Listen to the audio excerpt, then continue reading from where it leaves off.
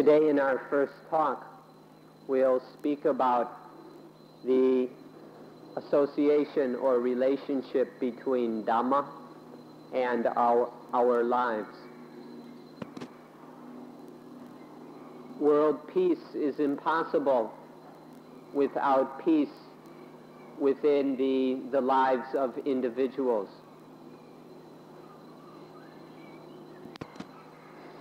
Let's look at the peacefulness or happiness in the lives of individuals first, especially in our own lives, before we go talking about world peace. At the start, we should observe and see that there are two levels or two kinds of happiness or of joy. The first kind of happiness is the kind that is peaceful, or that has santi, peacefulness. And the second kind of happiness is empty of or lacks peacefulness, lacks tranquility. We should be able to see this difference through our own experience. The kind of happiness which is peaceful does not bite its owner, whereas the happiness which is peaceless, without peace, that kind of happiness bites its owner. Listen carefully and try to understand what we mean by biting its owner or not biting its owner. In your lives, you've already had both kinds of happiness.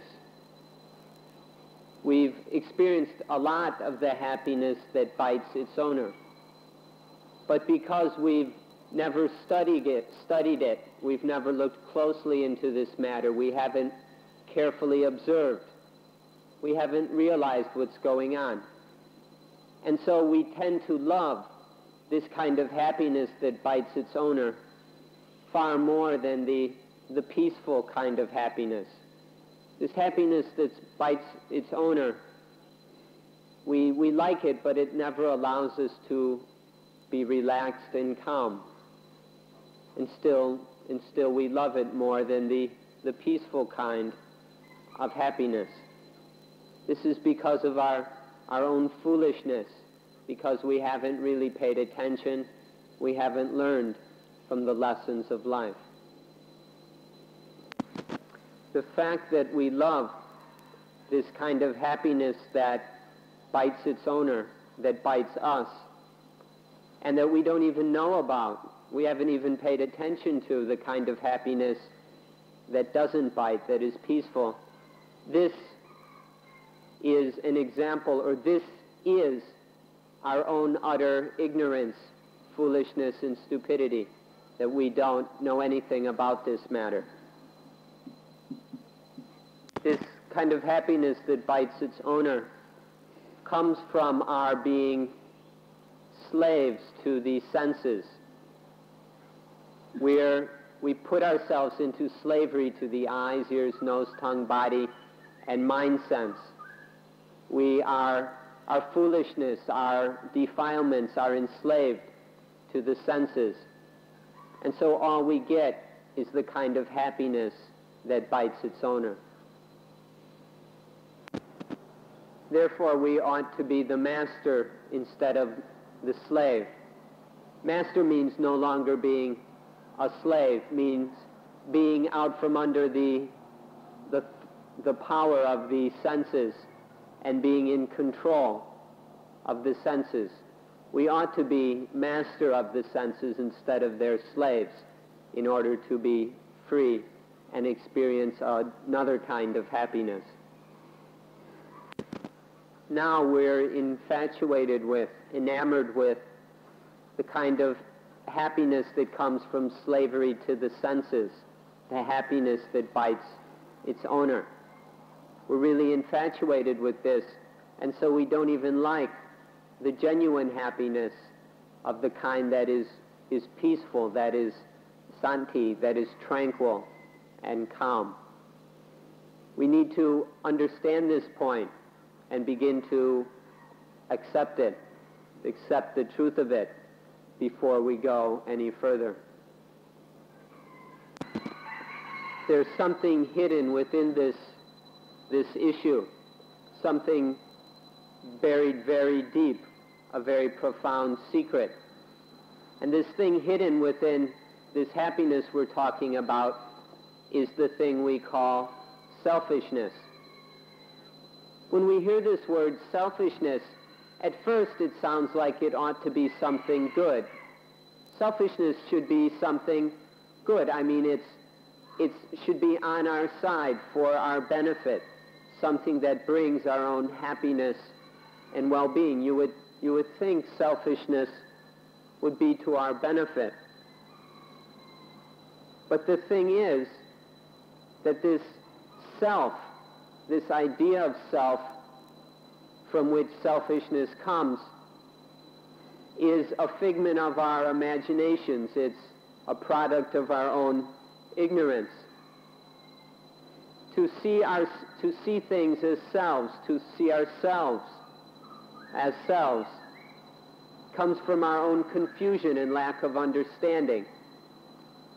And then for this reason, the selfishness that develops from that isn't something good, and it causes us lots of problems.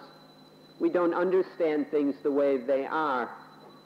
And so our selfishness goes looking for a kind of happiness that responds to selfishness and that supports and develops further selfishness. So in this way, selfishness becomes something low and ugly because it's not based in understanding. Rather, it's just following a kind of instinctual feeling we have that I exist, I am, I have a self or a soul or something. From this kind of instinctual belief, we get trapped by this, and selfishness arises, and so we're trapped in misunderstanding and ignorance. And so we go chasing after a selfish kind of happiness that bites its owner. If you can understand this point we've just made, then you'll see that our biggest enemy, our biggest foe, is this thing we call the self. This self we think we have. This is our most dangerous enemy. If you can understand this point, it's very good. If you're unable to understand this point, then it will be very difficult to understand Dhamma.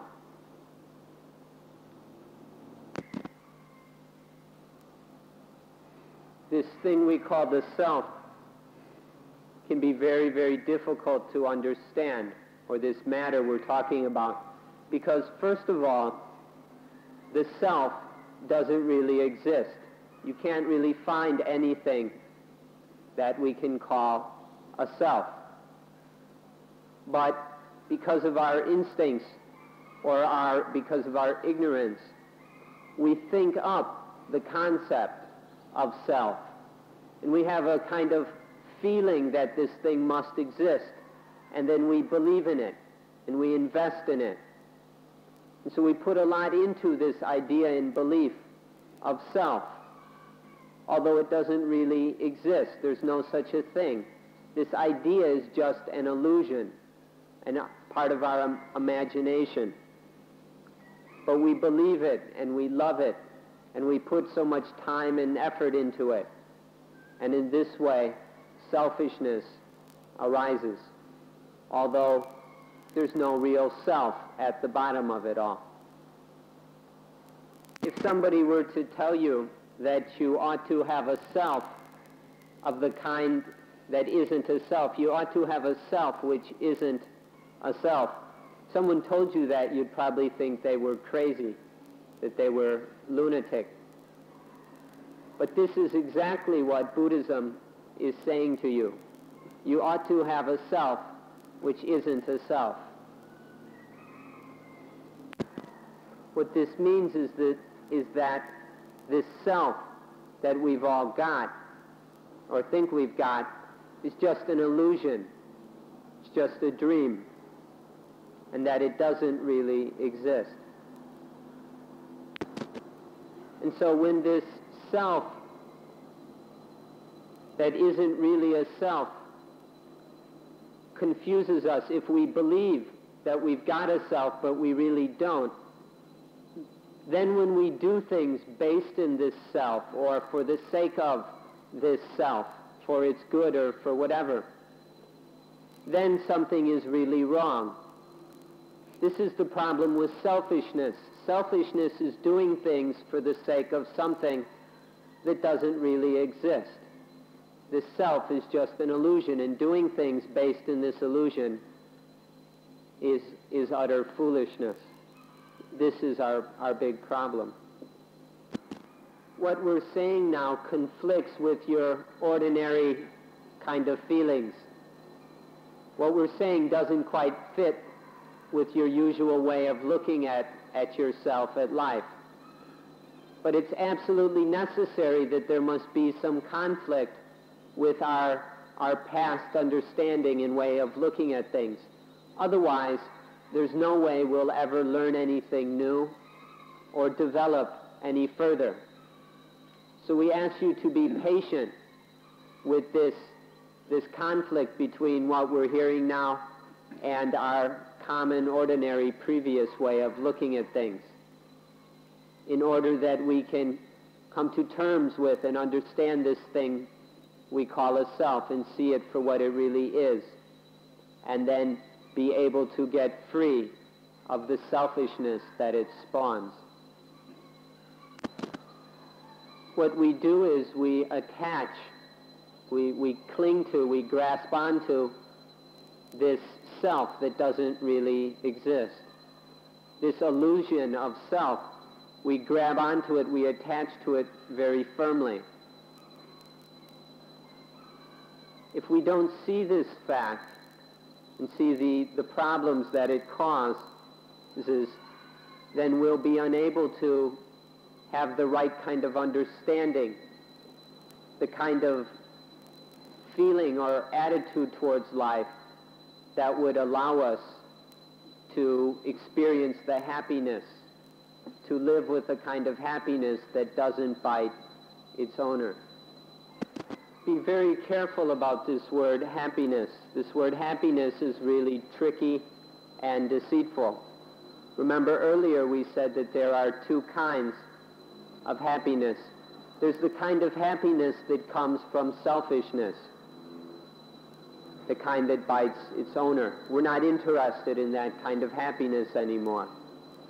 Then there's the kind of happiness that the more selfless we are, the more unselfish, the more selfless we are, the more happier we are of this second kind of happiness.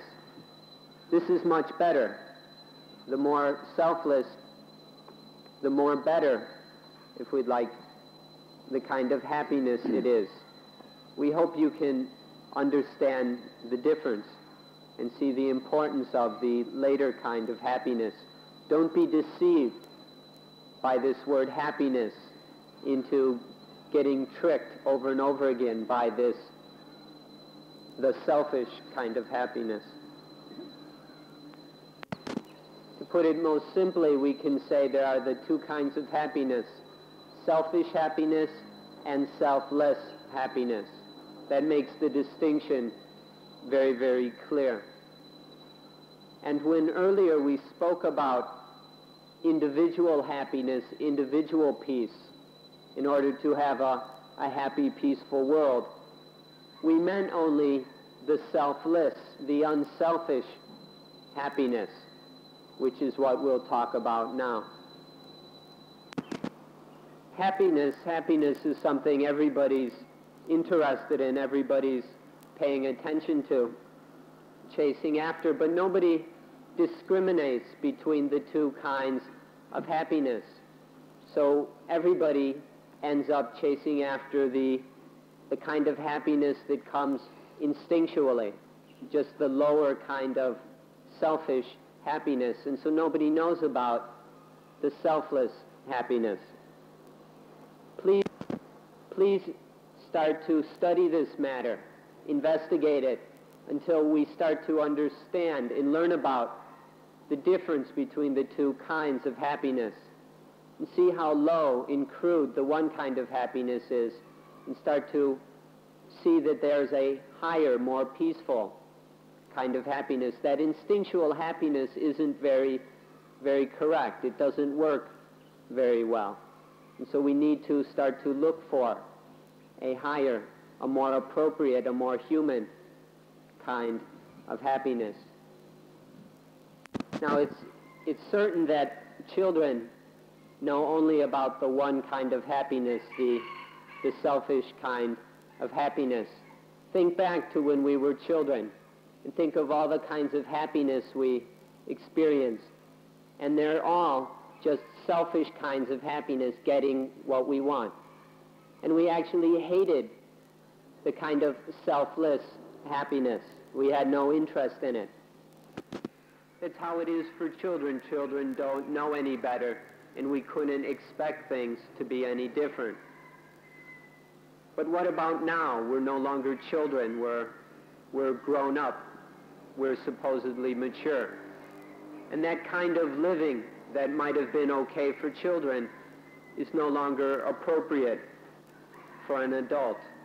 Someone who is truly adult and mature ought to explore this matter and see that there's another kind of happiness, much higher, a selfless kind of happiness, to develop one's understanding and knowledge, to see more clearly this selfless happiness, and then to develop one's life accordingly, to start to be truly mature as an adult and get free of the kind of selfish happiness of a child.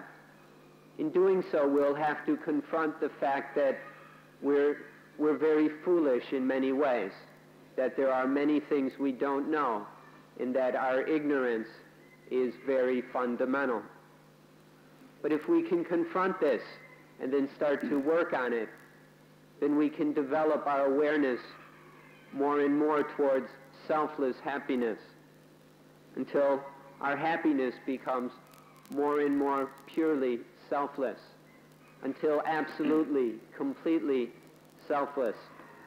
And then one is what sometimes is called a holy person, or in Buddhism called an arahant, an enlightened being, when one's happiness has no more selfishness and is completely selfless. An easy, clear way to discriminate between these two kinds of happiness is that the first kind of happiness depends on attachment, depends on attaching to things. The more we attach to things, the more there is selfishness, and the more there is this first kind of happiness. So the more we're clinging and grasping and taking things personally, the more there's this kind of attachment, and there's a lot of it, then there will be a lot of that kind of happiness. The other kind of happiness is completely different. It's an opposite kind of happiness, where the less attached we are, the happier we are. For the second kind of happiness, the more unattached, the more happy. And as unattachment becomes more and more pure, then happiness grows. So the one kind of happiness is the more attached, the more happy. And the other is the more unattached, the more happy. If you can understand this distinction, then things will be much easier for you, especially to understand what is meant by attachment, and then you'll have the key to this matter. The first kind of happiness is from attachment, and this attachment is when we're carrying things around with us. We pick things up and then we carry them around. We burden ourselves with these things, and so they become heavy burdens of life, and that kind of happiness becomes a burden.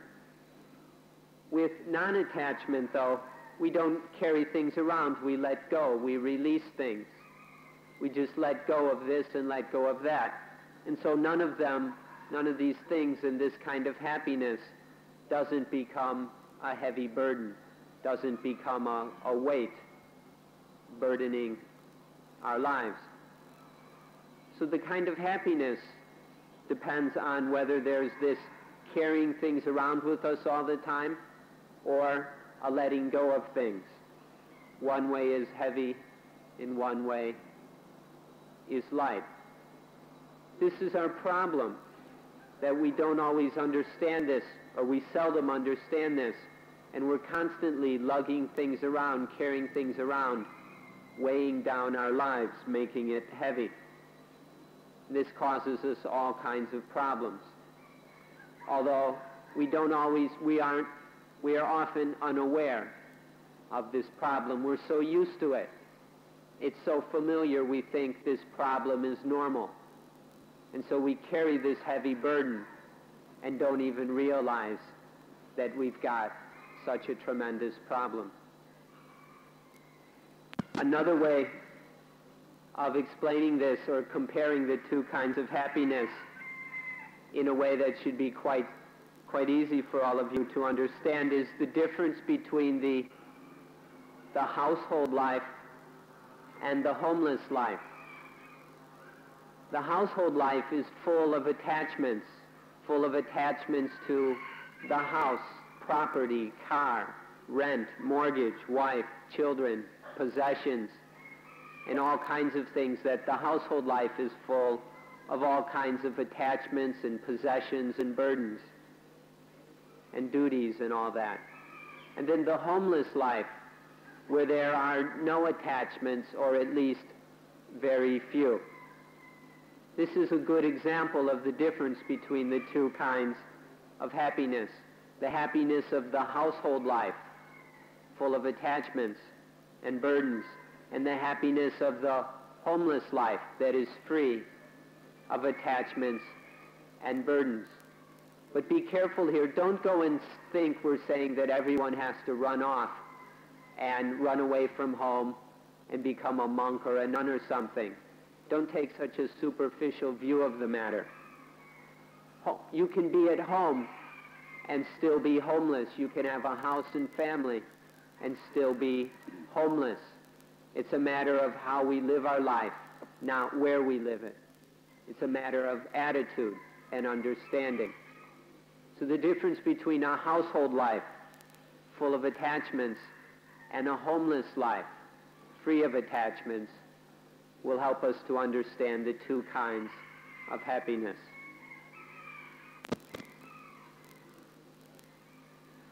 This thing of attachment comes from our belief in the idea of self. Because we think we've got a self, then we go around grabbing onto things, attaching to them, carrying them around. Whenever there is this attaching to things out of the self, out of selfishness, then that is immediately the household life. And whenever there is no attaching, no grabbing onto things, then that is immediately the homeless life. You can do this at home. It just depends on whether there's attachment or not, whether it's the household life or the homeless life. In Thai, we can express this very easily, because for the word I, in Thai there are many different words. Some are very refined, used for the king, and others are very crude and low. And the crudest is the word gu. Gu is like the ugliest, most despicable level of ego that we've all got. And so to put it very clearly in Thai is, don't cling to gu. Don't cling to this slimy, ugly, disgusting ego. And then everything will be okay. There won't be any dukkha, any misery. As soon as we cling to gu, to this ugly little ego, then there is suffering, and our lives become the household life again. This is something to be explored anywhere, even at home. Those of you who are Christians ought to understand this matter quite easily, because in Christianity you've got the symbol of the cross. The upright is like the I, the ego, the self. And then there's the cutting of the I. Christianity has given us this wonderful symbol for the cutting of the I from level to level, higher and higher levels of selflessness, cutting and cutting away at the self, at the ego, at the ego, until we are united with God. This is what Christianity is teaching. And so what we're saying should be easy for any true Christian to understand. Just keep cutting away at the self, at the ego, and going higher and higher in selflessness, in non-attachment, getting free of selfishness, and then one going higher into the homeless life, and then going even beyond the homeless life. We've heard that the cross is a ladder to God, or a stairway to God. This cross is a way of climbing up to God step by step, by cutting away the self, by cutting off the self, and going closer and closer to God. Or we would say closer and closer to selflessness. This is in Christianity. So anyone who is a good Christian will at the same time be a good Buddhist, because Buddhism is exclusively teaching this cutting away of the self and becoming completely selfless. So we've been talking about individual happiness, and by now it's obvious that we mean the kind of happiness that is selfless. And when individuals have this selfless kind of happiness, they are peaceful. And from that comes world happiness and world peace. If individuals in the world don't have this selfish kind of happiness, then there is no possibility for world peace. It all begins with individuals. So all of you here, even though we're just ordinary people, nobody special, we don't have all kinds of power or money or anything, but still take a broad perspective on things, and don't be just concerned with your own selfish happiness, but think of the world, think of others, and then help to build world happiness and peace by finding for your own self this selfless happiness, the selfless kind of happiness that goes towards building world happiness and world peace. This is the only way we can go about it, is to start with ourselves and finding true happiness in our own lives. And then we can use that to build happiness and peace for the world. We hope that you can understand and accept this fact, because it's a basis for further development. Let's go back to something we said a little earlier, the fact that this self is our worst enemy. If it's a little self, well then it's a little enemy. And if it's a bigger self, well then it becomes a bigger enemy. And if it's a great big monstrous self, then it's a huge and monstrous enemy. The little self bites a little bit, and the bigger self bites even more. And then that big, huge self, that big ego, bites us tremendously, bites worst of all. And so this is why we say that the self is our worst enemy. But then we go and we love this self. We love it so much we do all kinds of things just for the sake of this self. And so this self is our biggest enemy.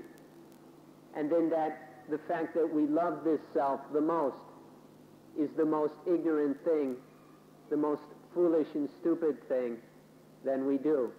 So here we have the biggest self, the biggest enemy, the biggest pain, and the biggest stupidity, all wrapped up in one thing. Please compare in a very refined, delicate, and sensitive way the difference between the mind when it's completely free of any concept or sense of self. What's the mind like when there's no concept, idea, or feeling of self, of I, of ego?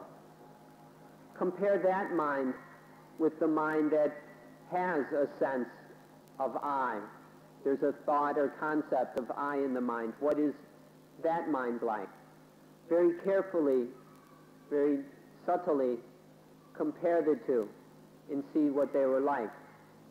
If you do this, you'll have a very profound understanding of your own, from your own experience, and you won't have to depend or believe in anyone else. It doesn't matter what anyone tells us if we will make this comparison for ourselves.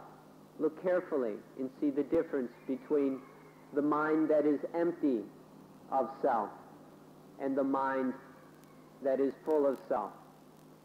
If you make this comparison, then you'll be able to understand what Buddhism is talking about. To make it very easy, we can say further that Buddhism has as an important principle that selflessness, assamimana, selflessness. That selflessness is the most genuine and highest happiness. Selflessness is the most true and supreme happiness. This is what Buddhism teaches, and to understand it we need to compare the mind that is full of ego and the mind that is empty of ego. I'd like to take this opportunity then to challenge you, to dare you, to look inside and look carefully and ask yourselves the times in life when we're most at ease, most at peace, most cool, when everything feels most right, most okay. We dare you to look and see that at that moment the mind will be empty, void of I. The mind will be completely void of any sense or any experience of self. We dare you to look into this matter. And then look, as soon as the mind has the sense of self, the thought or experience or feeling of self, then that sense of self will bite the mind. So, positive self, a kind of positive good self will bite the mind one way, and a negative self will bite the mind in another way. But either way, the mind is getting bit and clawed and chewed up. We dare you to look at this, and see that when the mind is most at ease, most at peace, most cool, when everything seems all right, then there won't be any of this self, there won't be any biting. That mind will be free of both gladness and sadness. You may not be interested in this, but when the mind is completely free of both gladness and sadness, that is genuine happiness. When it's free of all kinds of positive and negative things, that's when the mind is most happy. We dare you to look into this, to look within your own hearts It's not a matter that we can read about in books or something we can learn from talks like this. You can only discover this by looking into your own heart. And so we challenge you to do so and find out this truth for yourself. There's something that may be a secret for you, but we're willing to share it with you anyway. And that is that when we are most happy, when we are most truly happy, then the mind is completely empty of any thought of happiness. อิทธิพลหรือความหมาย When there's any influence of the word happiness or any meaning to this word happiness within the mind, then the mind is truly happy. You may not understand this, you may not have ever heard it before, but if you can understand it, then that will be to your great benefit. If you are unable to understand this secret, well, that's just the way it goes. But see if you can understand what is meant. Nowadays, we're always clinging and attaching to this thing, happiness.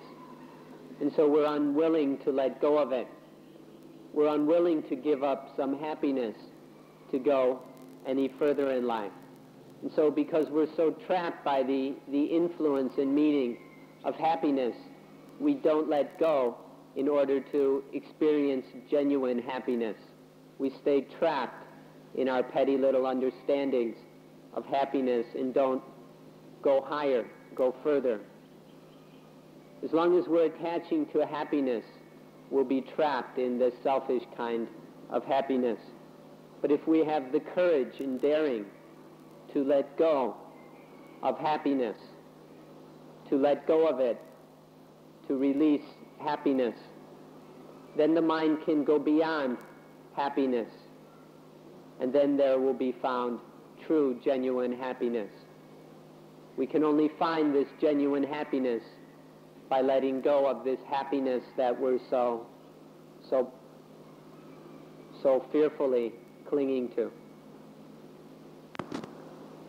In Thai, last of all, we'd like to say one more thing, and that is, in Thai there is a saying that when someone speaks and the listeners don't understand, the idiom in Thai is playing a flute for turtles. Playing a flute for turtles is when the speaker is saying things that the listeners don't understand. And so now we're wondering who we're playing the flute for.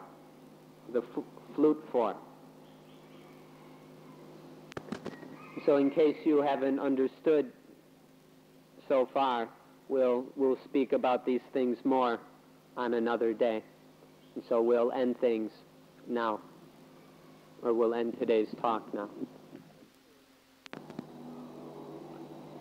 In this lecture, we would like to stress the matter of the self, which is not a self.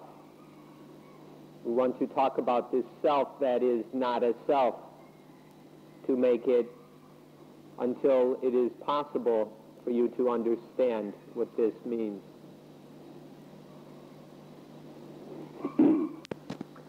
This matter is the heart of Buddhism.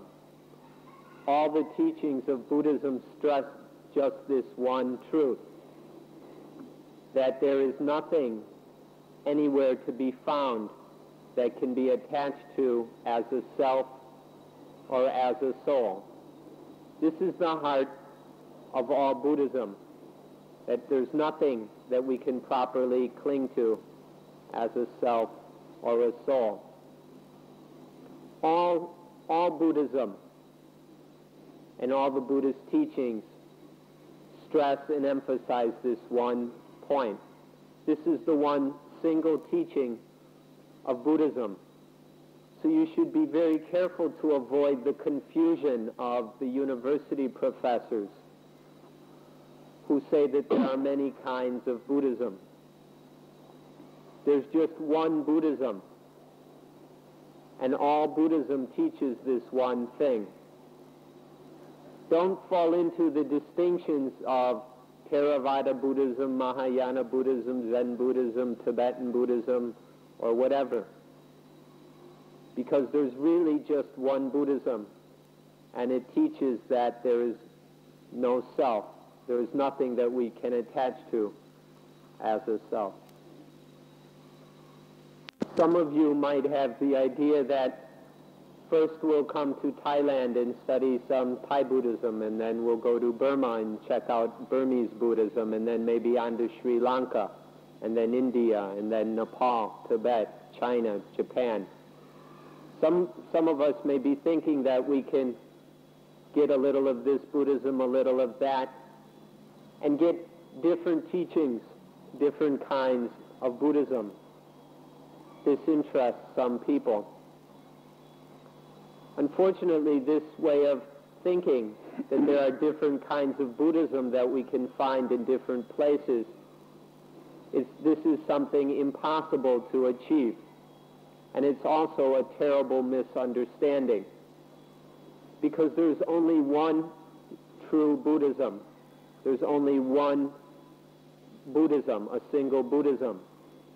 And to cut it up into all these cultural pieces is a mistake. All of Buddhism is just teaching that there is no self, that there is nothing that we can cling to as a self, and that we should get rid of, we should clean up this illusion and confusion that we have about selfhood. Now in Sri Lanka they might have their ways of going about this, in Burma some different ways, and in Thailand in Zen. But what you find is the differences are only in the methods, or in some of the superficial activities. But at the core, at the heart, it's all one Buddhism. So we should be very careful to understand this heart of Buddhism and not get lost in the differences, the superficial things. And that heart of Buddhism is to get free of, to get rid of that thing we call a self, this illusion we have of a self. Maybe you've seen some of these big fat books they've got all over the place. Buddhism in Thailand, Buddhism in Burma, Buddhism in Sri Lanka, Buddhism in Tibet, Buddhism in China. Buddhism, now they've got it, Buddhism in the West. They've got all of these big fat books with lots of nice color pictures to entertain people.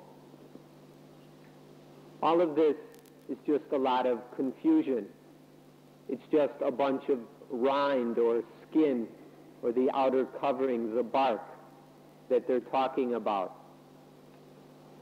Buddhism goes into Tibet, and then it mixes with Tibetan culture and Tibetan superstitions, and then all of a sudden you end up with Buddhism in Tibet. Or it goes into Burma or China or wherever and mixes with the culture and the local superstitions, and then you get Buddhism here, Buddhism there.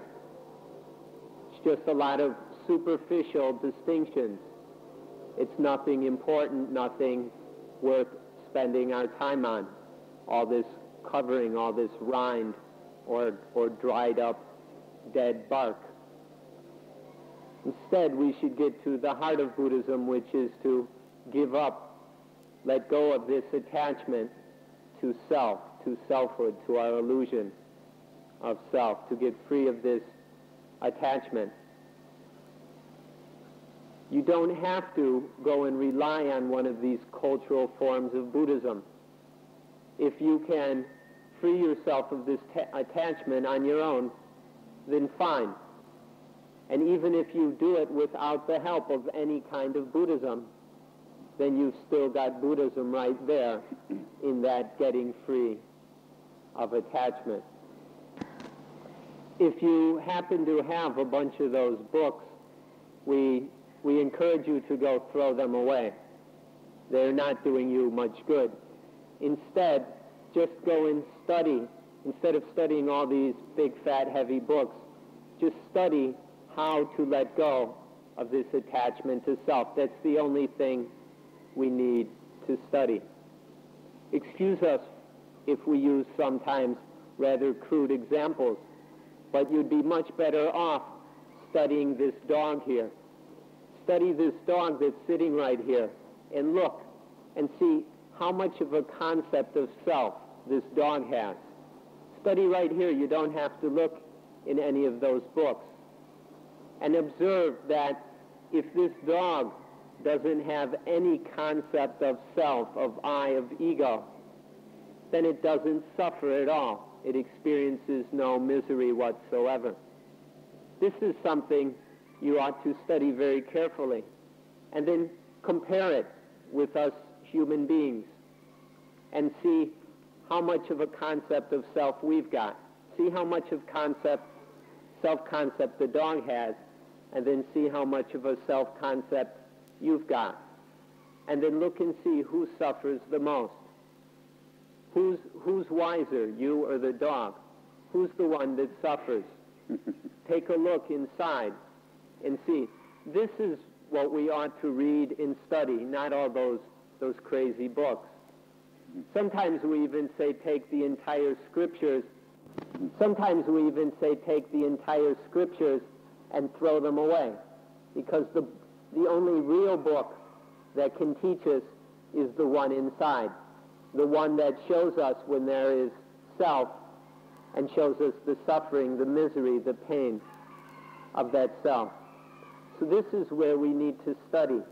Don't study dried up pieces of paper.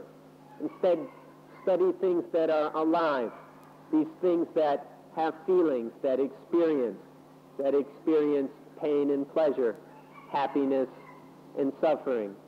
And study at this thing that can think, that comes up with concepts. Study right here within our own hearts. And this is where you'll find the real Buddhism. This dog here is named Greya, and it's trying to tell you something very important. So please read and study very carefully what Greya is trying to tell you. Trying to say that without a concept of self, there's no suffering. Or if there's only a small bit of a sense of self, then there's only a little bit of dukkha. This is what he's trying to tell us, but have any of us stopped to look and listen and study?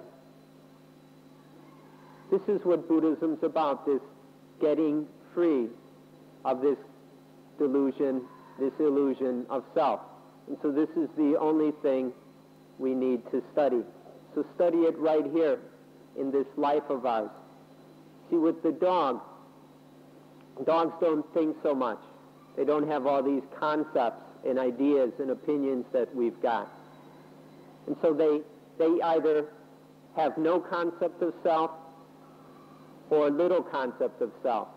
And so therefore they don't suffer at all or only a little bit. But with us it's much different. We've got all kinds of ideas and opinions about the self, about ourselves, and what's going to happen to ourselves.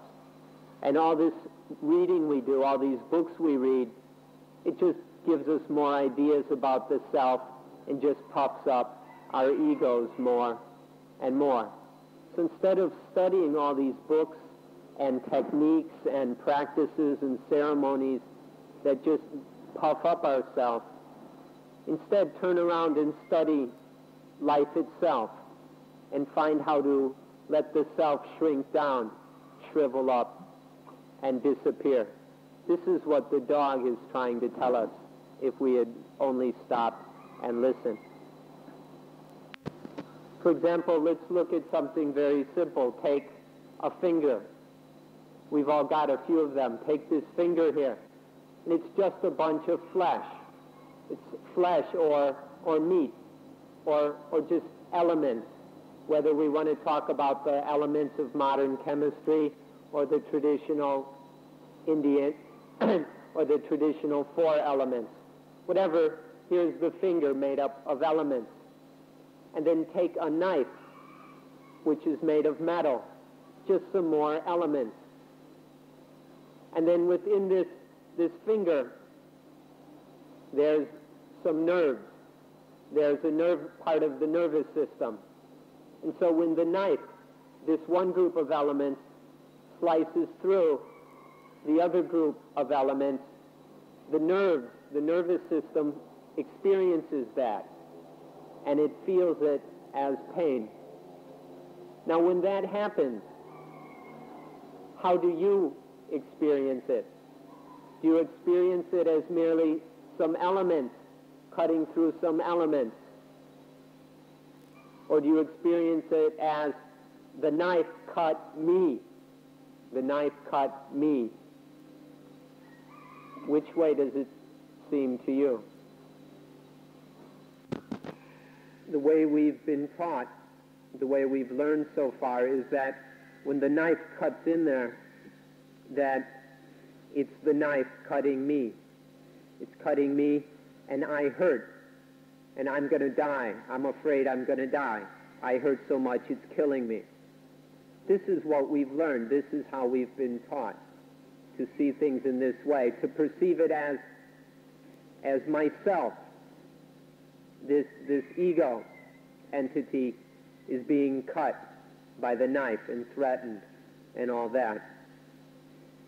We're unable to see that it's merely some elements cutting into some other elements, and that a certain experience arises with the nervous system, which we can call pain.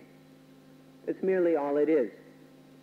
Certain series of a process of actions and reactions. But we don't see it that way. We see it as I hurt, I'm dying. And so we suffer because this is how we see it. It's suffering that's all based in an illusion. This illusion of self that we've been taught, that we've learned, whatever. We have this illusion, and so we turn this into a terrible problem. What's really funny is that this self doesn't even exist. It's not real. But that it has an incredibly real influence. The power of the self is real, although the self isn't real. And this influence is what we call suffering. The influence, the power of the self, is that it can make us suffer so tremendously. It's all, everything that's happening here is really just an interaction of elements. The knife are elements, the finger is elements, and then there's the consciousness element that experiences what we call pain. But we're unable to see things as they truly are. We can't see the reality, and so we have our distorted perspective. And that's where this idea of self comes from our inability to see the way things actually are happening. And so we see it as the knife cut me, I hurt, and I hate that knife, and so on and so on. As soon as this idea of self comes in, then we have become stupid. And not just a little bit stupid, it's 100% stupidity to perceive it as a self, myself, that has been cut and that hurts and so forth, that is in pain. But it doesn't always stop there. Our stupidity can even grow to 200 or 300%. When that knife has cut me, and we see what is cut as a self, sometimes we even go and see the knife as a self. Have you ever done it where you cut yourself with a knife and then get angry at the knife and throw it down and try and break it, maybe kick it, cuss at it, or who knows what? Our stupidity gets really carried away to the extent that we see the knife, just a bunch of physical elements, and we see the knife as a self, and then do all kinds of silly things. Instead of seeing the knife is just elements, the finger is just elements, the mind is just elements. Maybe you can remember back to childhood, an experience that's happened to all of us. Once, sometime in the past, we were walking carelessly and we bumped into a chair, and it hurt. We bumped into the chair and it hurt. And we got angry, and we got angry at the chair that hurt me. The idea of self came up into the silly little child's mind, and then the angry child kicks the chair. We've turned, this self was hurt by that self, and we take the chair to be a self and kick it in great foolishness. And so in that child, which we've all been, there was this stupidity arising. But it doesn't stop there, because seeing a self here and there, we start to see selves everywhere. And then we turn everything into problems which bring on suffering. This is the situation we get ourselves into. We should look very carefully then and see to what extent, to what degree this self is an illusion. If it's at the root of all this foolishness and all this pain, we should look and see how illusory it is, how delusive it is, and try and understand what's really going on here. So when this kind of experience happens to the child, where it gets angry and thinks that this other self, the chair, is endangering myself, what can we call this if we don't call it stupidity or call it ignorance? What else can we say about it? And it can even be worse than that. That same child could go and carelessly bump into this rock here, and then that hurts, and then the child gets angry at this other self which is hurting me, which endangers me, and then kick the rock. Now how stupid is that? But yet this child goes and does that. We ought to examine this as carefully as we can in our own experience until we realize clearly that this sense of self comes from ignorance, from our misunderstanding, from our lack of knowledge.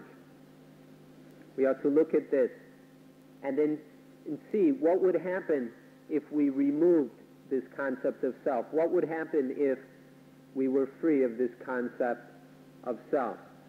This is something well worth our consideration. We should be careful to understand that originally there is no sense of self, that in the instincts we can't find this concept of self. However, we might find a seed or a germ of the self-concept. When the infant is newborn, it has no idea about self. The newborn infant doesn't have this illusion. But because there's a seed there, or germ, look what can happen. Probably it begins, the first thing is when the child tastes mother's milk. And then the experience of the milk on the tongue, the nervous system interprets that as delicious. And then there arises a concept in the infant's mind, I am delicious. First there's just deliciousness, but then a sense of the one who is delicious, I'm delicious. And then self arises in this way, although it didn't originally exist. Or sometimes it works the other way. The infant sticks something in its mouth which the nervous system interprets as unpleasant or distasteful. And then there's the thought, I'm distasteful, the concept, I'm distasteful, arises. First there's just this sensory stimulus which gets interpreted in a positive or negative way. And then the idea, the concept of self forms. But that concept wasn't originally there. It only arises out of ignorance, a lack of understanding. Now, next we'll come in and study this within ourselves. We'll look inside in order to discover a very profound truth. So profound that it's a secret that almost no one will believe. This very important secret is that the deliciousness arises before the one, the self, who is delicious. For example, when there's some activity of the senses, then that feels either pleasant or unpleasant. Let's say with the child and the milk, there's the sense of taste in operation. And then there's a nice, agreeable, pleasant feeling. So there's a feeling of satisfaction.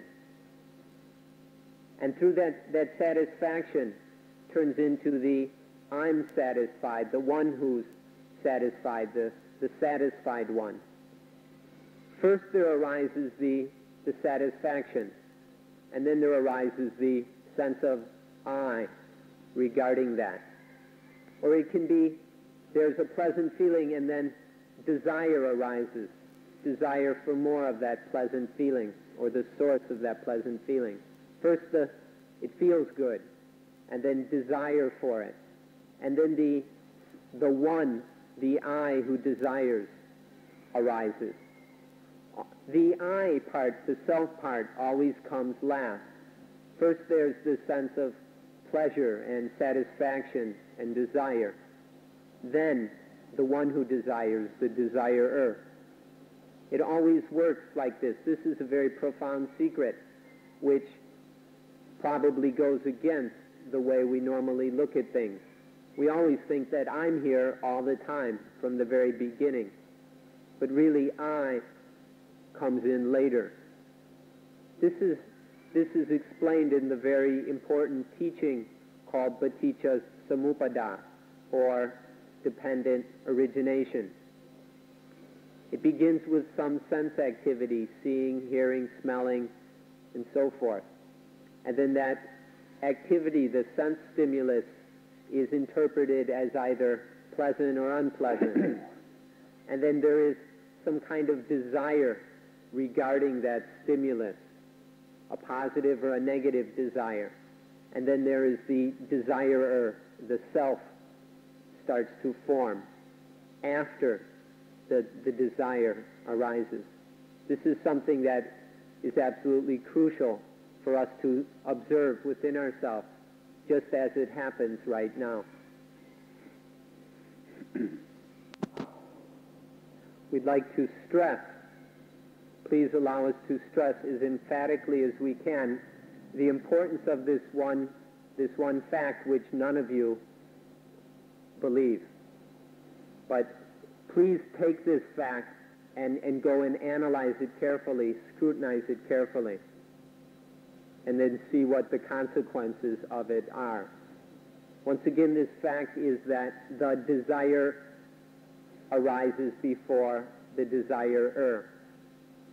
The desirer, the one who desires, arises after the desire. First desire, then the desirer.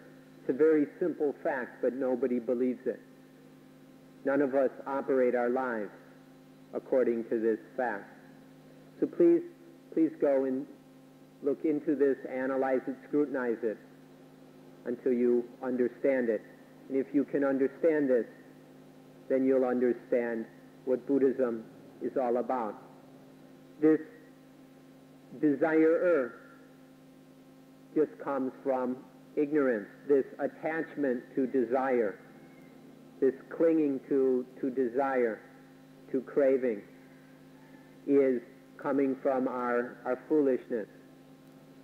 And that craving, that desire, is just a conditioned thing.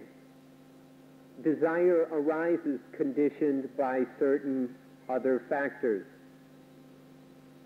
Because of the sense activity, the nervous system, the pleasant feeling, there arises desire. Desire is just this dependently caused thing. It's not an independent, self-existing thing.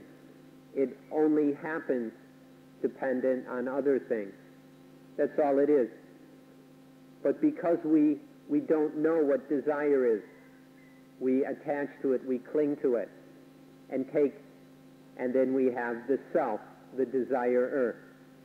So because of our ignorance, our lack of understanding, how first there's sense activity and then feeling. It feels nice, and then we desire. And we don't understand how desire arises and operates.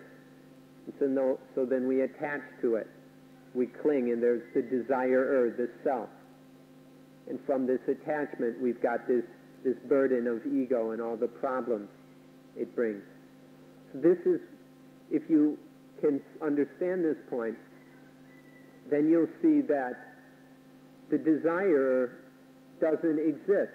It doesn't cause these things.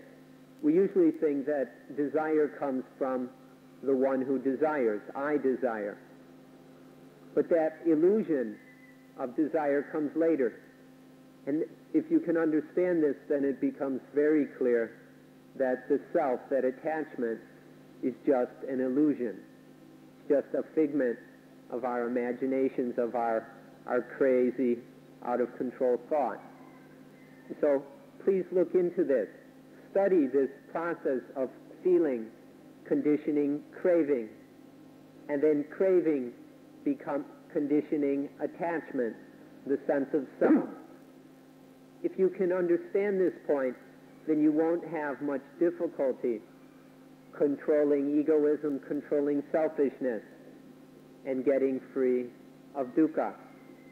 But if you can't understand this fact, this simple fact that first desire, then the self that desires. The self comes later, the illusion of self comes afterwards. If you can't understand this fact, then you probably don't have any chance of understanding Buddhism, because this is the heart of Buddhism.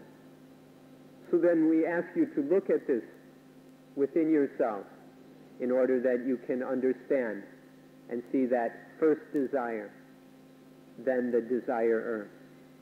Let us stress this over and over again until it becomes clear.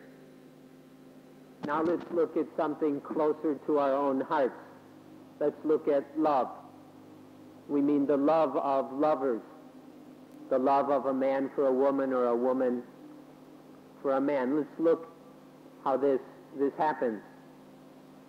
It's the same as what we've just said. First there is love, then there arises the lover. Somebody comes by, and they're lovely, attractive, beautiful, and then love arises.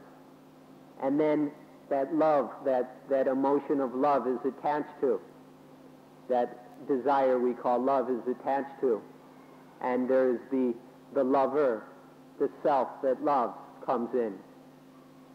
See how it works? First love, then the lover. This lover is just another illusion coming from ignorance. In fact, love itself is just a product of ignorance. And then it produces the ignorant self, the lover. It begins with just the ignorance of seeing a sight or hearing sounds or whatever, and then seeing them, perceiving them, misperceiving them as lovely, attractive, beautiful, desirable, lovable, and all that. And then there arises this emotion of love, this desire of love, this craving. And then that's attached to, and then we have the lover. This is the very profound truth at the heart of Buddhism. So it's very important that we should look at it. You probably don't believe this. You probably don't even like hearing it. Some of you want to get up and run away because you don't like hearing words like this. But whether you believe it or not, like it or not, we ask that you take a look at this very important principle of Dhamma. Because if you understand this principle, you'll understand what attachment is, how it arises, and how we can be free of attachment. So look and see that first love arises, and then through attachment to that love, there arises the lover.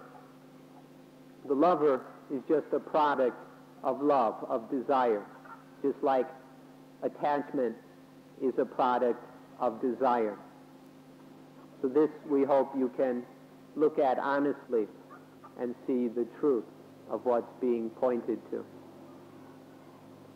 Actually, this truth we're talking about doesn't belong to Buddhism. It belongs to nature. It's a natural truth. However, the ones who study and understand this truth, we call Buddhists. This truth is a central fact that a Buddhist must understand. Just this one simple fact that love creates the lover. Desire creates the desirer, not the other way around. Love creates the lover. The ignorant love creates the ignorant lover. The ignorant desire creates the ignorant desirer. We don't say that God creates us.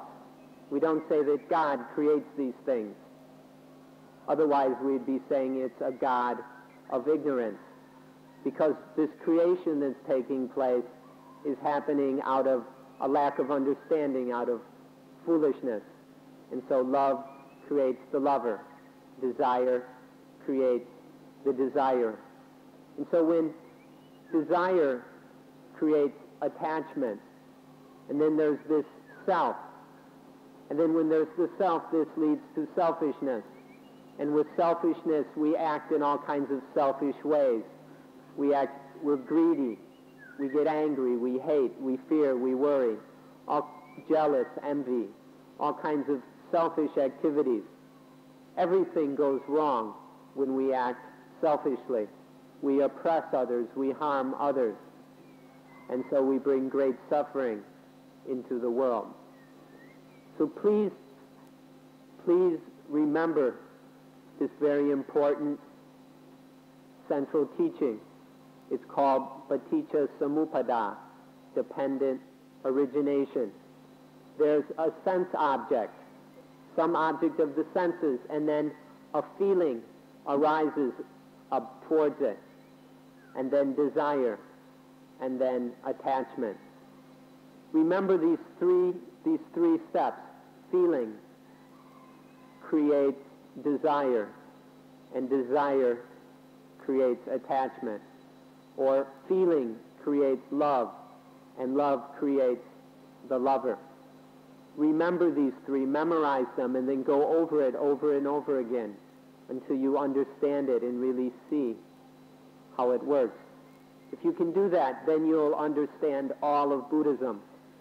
You won't have to go all around the world reading all those heavy books, going to all those different meditation centers and doing retreats all over the place.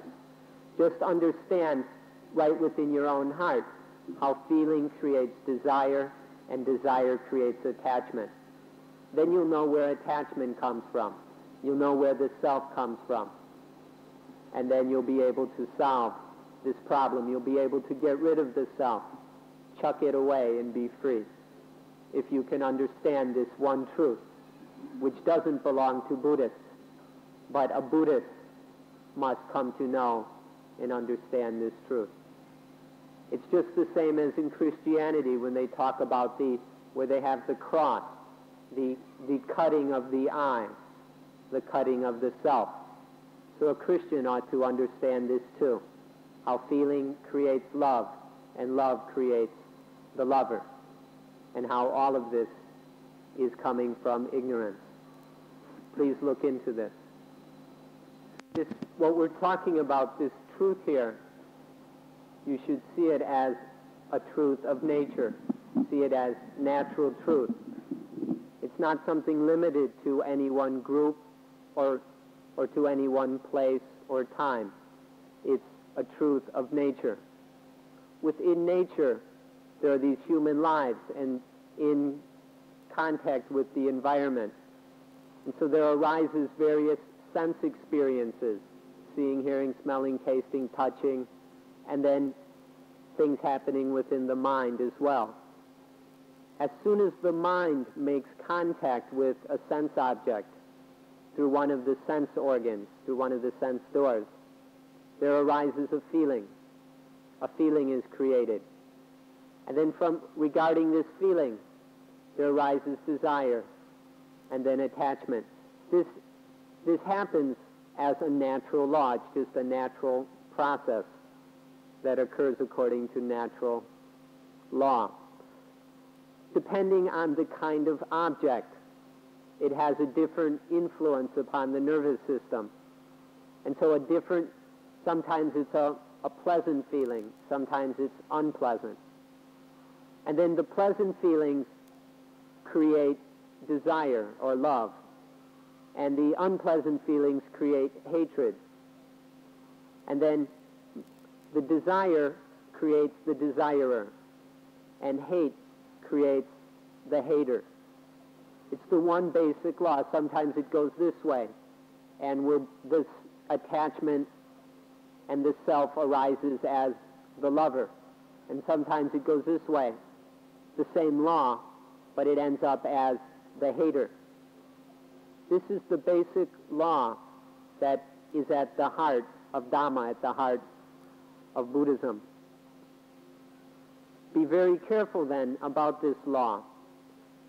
This creator, this thing that creates love and then lover, or hatred and the hater.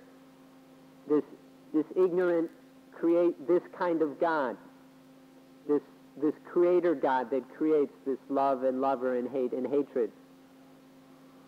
Do you want to worship this God, or do you want to kill it?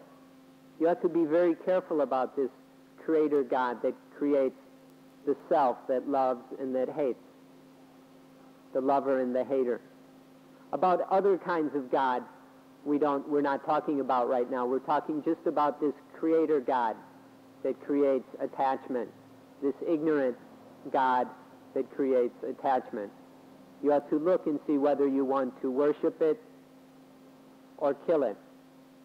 This self that gets created, which leads to selfishness and all kinds of problems in the world.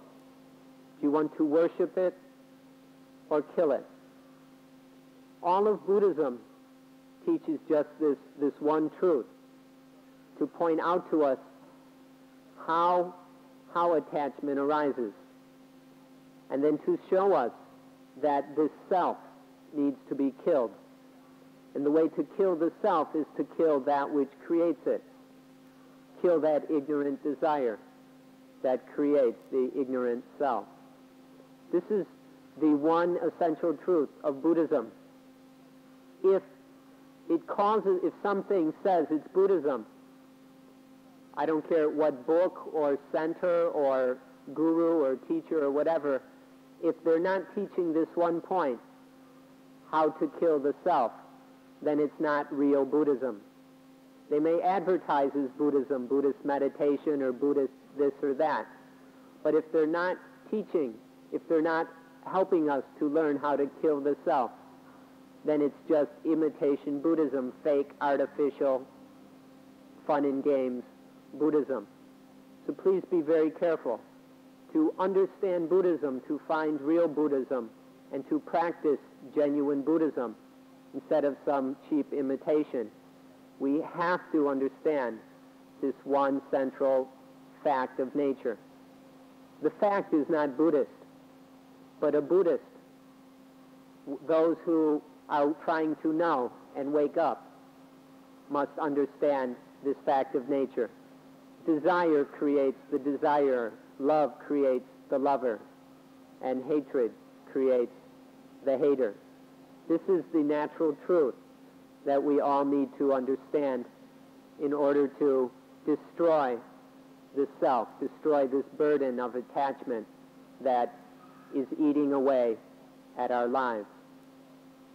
So we hope that you can give this your fullest attention, this most important matter of our lives, and that you will be successful in getting rid of this self. And so we'll end today's talk on this point.